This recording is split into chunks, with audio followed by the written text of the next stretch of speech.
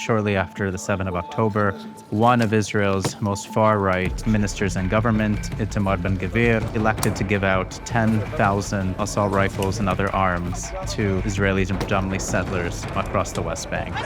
Settlers became very, very heavily armed with greater impunity to attack Palestinians, to make life for Palestinians unlivable and unbearable.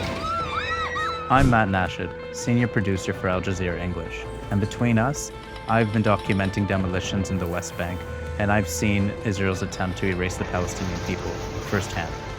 حدا كائن أي حدا هاي ما بيقدر يستحمل يشوف داره قدامه عينه بتنهدم.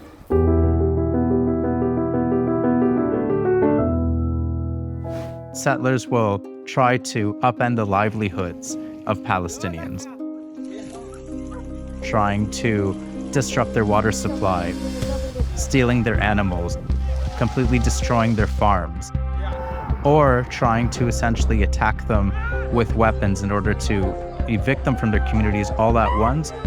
This is not new.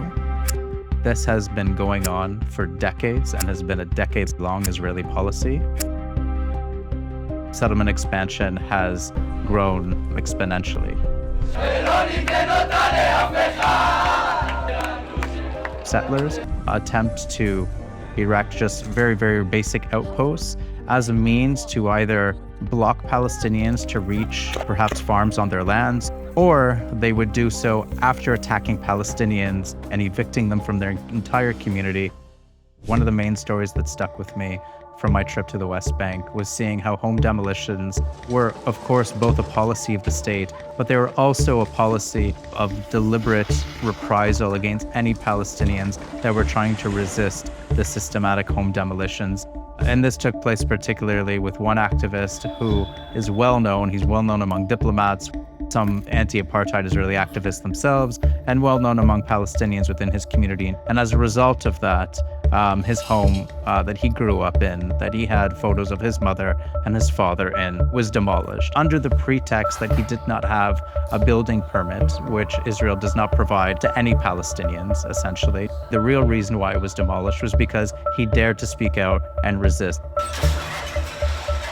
Whether it's from just consistent daily attacks and harassment, the overriding principle is to how to make Palestinians' life miserable, that some contemplate leaving if they can, which many can't, and even if they could, many say they won't.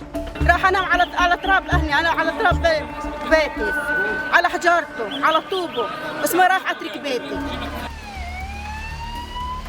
When violence started to really increase within the West Bank, there was a raid on Nur Sham's refugee camp.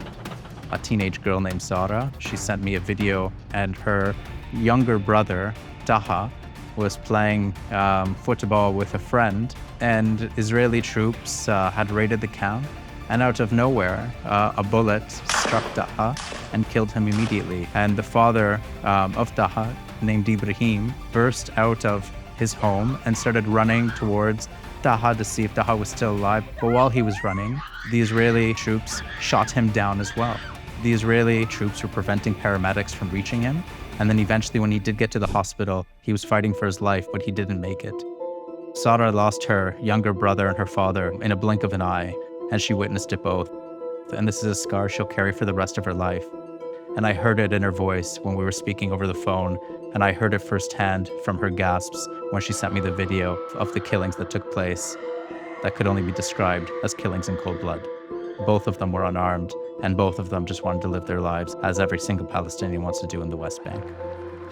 Since Trump came to power, one of his first moves that he did was that he removed sanctions, actually on quite well-known and notorious settlers within the West Bank. On top of that, countless human rights organizations have consistently said that the issue here is not just individual bad apples, but this is a systematic policy that is state-run, but there hasn't been these moves to sanction the state. I think Western powers are feigning themselves as not having enough of an ability to shape the situation,